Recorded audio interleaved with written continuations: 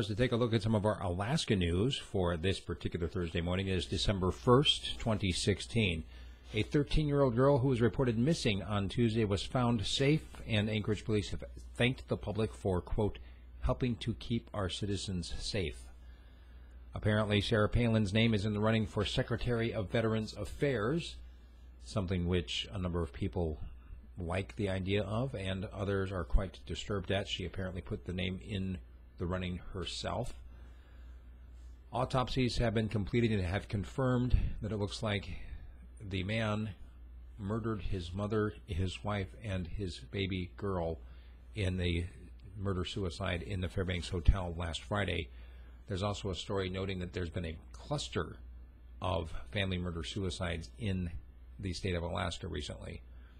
There are some details on that at AKN.com. It looks like there have been several different communities that have been struck by this kind of tragedy in the Kenai, as well as in Anchorage and now Fairbanks. In Fairbanks, there was a reported burglary. The man saw that his garage was broken into and some stuff missing, and he followed the footprints in the snow, leading to what it looked like bike tracks or something. He followed those to his neighbor's house, called police. Neighbor actually let the man and the police come in, and the fellow was like, hey, that's mine, that's mine, that's mine. Fellow got arrested because his shoes actually matched the track in the snow. I mean, we're talking snow. You leave tracks. Okay. Can't fix stupid. Two different groups now have bid on taking over the beleaguered Mat-Su slaughterhouse. Remember, this is something that has been running in the state of Alaska by the state of Alaska for over a decade, I think since 2000 at least. Actually, maybe since 86, if I remember the story correctly. 1986 is when the state took over the slaughterhouse. There just simply is not enough business to keep it profitable. Anchorage shelters are overflowing right now. They're saying that there are literally 50 fewer beds every single night than there are people looking for housing. And, of course, the temperatures continue to drop. There's a meeting tonight on the pollution in Moose Creek. This is something, of course, stemming from the use of a firefighting foam at Eielson Air Force Base that got into the groundwater. There's going to be a short presentation and then questions and answers that will go on for a couple of hours. That's tonight in Moose Creek. A boat ramp is being planned for Kasilof that's going to be specifically for drift netting. And there was a sad story in Houston, Alaska. A family left homeless for the holidays. They were renters, and basically they realized that if they had been paying the $8.80 a month for renter's insurance, they wouldn't be without everything right now. They'd have a replacement on the way. And so they want the story of their tragedy to serve as a reminder to everyone else who's a renter, get the renter's insurance. It's worth it. There's a question at the Alaska Dispatch News today, ADN.com, asking how old is old enough for a youngster's first gun?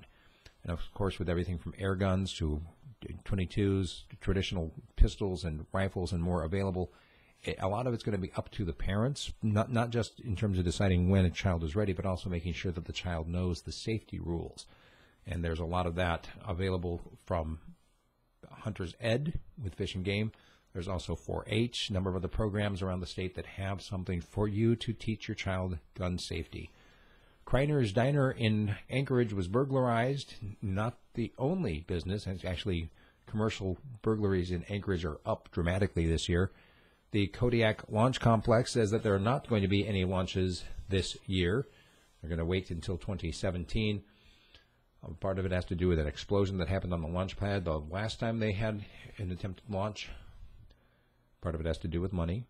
In Juneau, the Assembly continues to discuss affordable housing, taking a step that moved forward toward making more housing available, and then taking another step that went at least a half step backward. You can read about that at the Juneau Empire.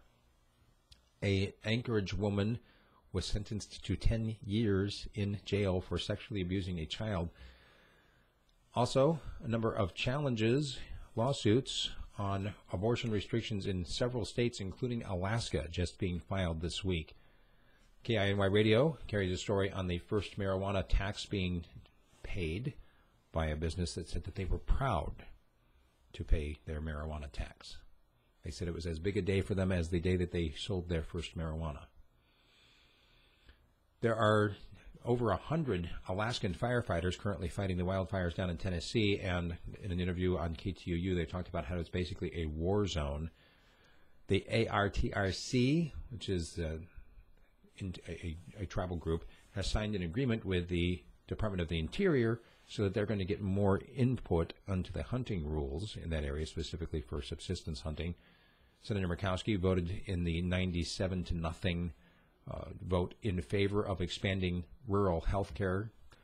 And the Seward Highway, also still the subject of debate, as troopers are pulling out due to budget cuts, and Anchorage police are not willing to step up the extra patrols because the people who live there are not paying Anchorage for the police protection. And so now they're saying, well, it looks like the Seward Highway may be closed for quite a long time if there's a fatal accident. A Fairbanks man is currently on life support after a fall from a balcony. Nobody seems to have known how it happened. No one has been charged in the incident, whether he was assaulted or what. There's details of the news miner or what they know. But once again, he is on life support. Some Native women in Canada are petitioning to have the Arctic Refuge become a wilderness area. And if you're sick and tired of turkey leftovers, there's a suggestion at ADN.com that maybe you can supplement your diet with some fresh fish. There's a story on a missing wallet. The guy went to work, realized as he was on his way home that he didn't have his wallet, went back and looked, not just his driver's license and credit cards, $400 in cash that was meant for Christmas shopping. The next day, he got a call from a stranger. Returned the wallet with all the cash still inside. Lastly, if you'd like to cut your own Christmas tree on Alaska public lands this year, it can be done right here in Fairbanks. You can head on over there to the public lands office inside the Morris Thompson Cultural Center and ask for details about how you can go out and cut. Every family is allowed one tree out of the public lands. That's what we got for our Alaska News. And my commentary today, I'm going to be talking about an international story, Amnesty International slamming Colgate, Nestle, and Unilever. And I'll tell you why I think they're wrong. Coming up in the commentary, if you like what I'm doing, make sure you check it out and become a sponsor at my website, which is radiofreespeech.com. I'm Steve Floyd. Email me your topics, steve@radiofreespeech.com.